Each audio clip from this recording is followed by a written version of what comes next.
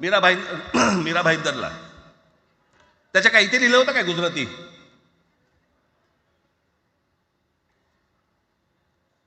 पण एवढंही आपल्याकडे काही जे चॅनलमध्ये, मराठी नाही इतर चॅनलमध्ये, हिंदी आणि याच्यात गुजराती माणसाला मारला, कुठच्या गुजराती माणसाला मारला? बाचाबाचीमध्ये समोरचा गुजराती निघाला, इकडचा मराठी निघाला, त्याच्यामध्ये काय गुजरात्यानं मारलं का? केवढे व्यापारी आहेत, अजून तर काहीच केलेलं नाही.